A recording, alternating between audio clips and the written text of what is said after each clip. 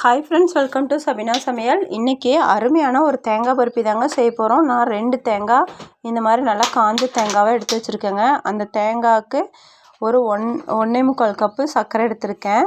இப்போ 2 தேங்காய்க்கு 1.25 கப்பு சர்க்கரை எடுத்திருக்கேன். உங்களுக்கு சர்க்கரை இன்னும் கொஞ்சம் ஜாஸ்தியாக வேணும்னா அதுக்கு தகுந்த மாதிரி நீங்கள் சேர்த்துக்கோங்க.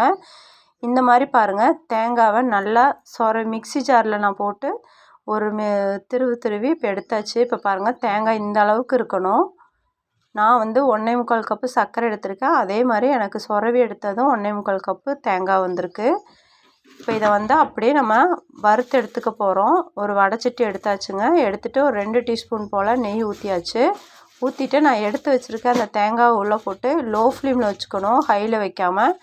எல்லாம் நல்லா வறுத்து எடுத்துக்கணும். ஒட்டாத பதத்துக்கு வரும் பாருங்கள், அந்த ஸ்டேஜ் வரைக்கும் வறுத்துக்கலாம். ஒரு 1 நிமிஷத்துலேருந்து 2 நிமிஷம் வறுத்து எடுத்தால் போதும்.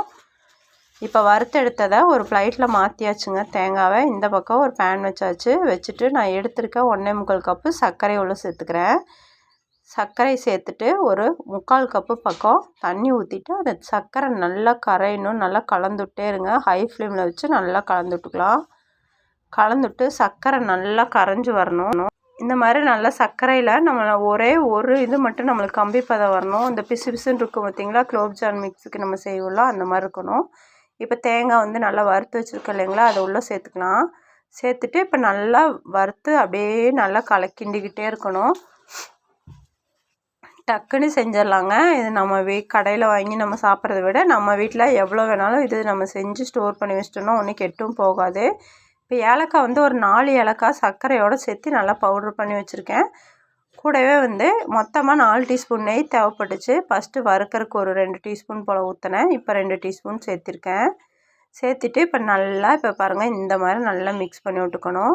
ஹை ஃப்ளேம்லேயே வச்சுக்கோங்க. அதே சமயத்தில் அடி பிடிக்காமல் இருக்கணும். நம்ம கிண்டிக்கிட்டே இருக்கணும். இந்த பக்கம் நான் ஒரு பிளேட் எடுத்திருக்கேன். அந்த பிளேட்டில் கொஞ்சமாக நெய் தடவி எடுத்து ரெடியாக வச்சுருக்கேங்க. இப்போது நம்ம தேங்காய் கலவை சூப்பராக ரெடி ஆயிடுச்சு பருப்பி. இப்போ அதை அப்படியே அந்த பிளேட்டில் மாற்றிக்கலாம்.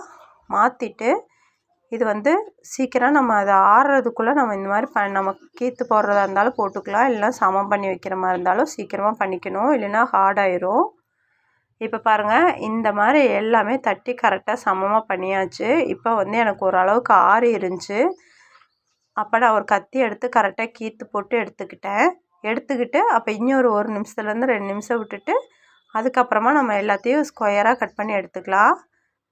இப்போ பாருங்கள், இந்த மாதிரி எல்லாத்தையும் நம்ம அந்த மோல்டு இருந்துச்சுன்னா நம்ம அந்த மாதிரி ஊற்றலாம். அந்த ட்ரே இருக்கும் பார்த்திங்களா, அது மாதிரி. நான் ட்ரே இல்லாதனால நான் அந்த பிளேட் எடுத்திருக்கேன். நம்ம இஷ்டம்தான், நம்ம வீட்டில் உள்ள பொருளே வச்சு நம்ம செஞ்சுக்கலாம். இதுக்கு தேங்காய் சர்க்கரை மட்டும் இருந்தால் போதுங்க. டக்குன்னு நம்ம ஈஸியாக செஞ்சிடலாம். டேஸ்ட் வேறு லெவலில் இருந்தது. இப்போ பாருங்கள், எல்லாமே கீற்று போட்டு இப்போ வச்சாச்சு. ஆறுனதும் நம்ம எல்லாத்தையும் நம்ம பாக்ஸாக அப்படி எடுத்துக்கலாம். எவ்வளோ அழகாக வருதுன்னு மட்டும் பாருங்கள்.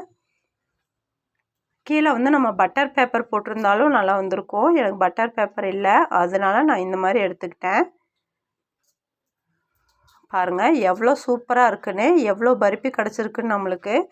கடையில் வாங்கின டேஸ்ட்டை விட சூப்பராக இருந்ததுங்க. நீங்களும் உங்கள் வீட்டில் இதே மாதிரி ட்ரை பண்ணி பாருங்கள். அவ்வளோதாங்க இந்த வீடியோ. பாய்.